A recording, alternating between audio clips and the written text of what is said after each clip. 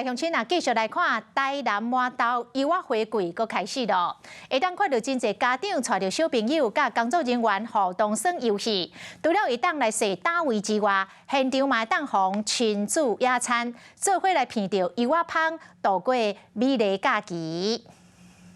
进前一年一摆油仔花季，伫咧走标比赛活动结束了后，伫咧麻豆新泰国子园闹热起鼓，会当看到真侪家长带囡仔做伙来现场参加丰富活动，亲像公益市啊，互民众会当亲身体验农产过程。借由活动的一个串联，把我们麻豆文旦的美跟我们这个产业的好推广给大家知道。现场除了农产的活动以外，当然嘛邀请专业灯笼表演，互来遮参加民众为透早到暗。 都能体验到好耍活动，农友啊，家政班妈妈啊，也都来这里做他们产品的推广，代表的是麻豆的一个特色。油仔花季除了透过走标活动，互民众会当沿路欣赏到油仔花园，闻到油仔花香。伫咧结束后音乐活动，互亲子会当拿听音乐、拿野餐，互大人囡仔拢感觉真心熟。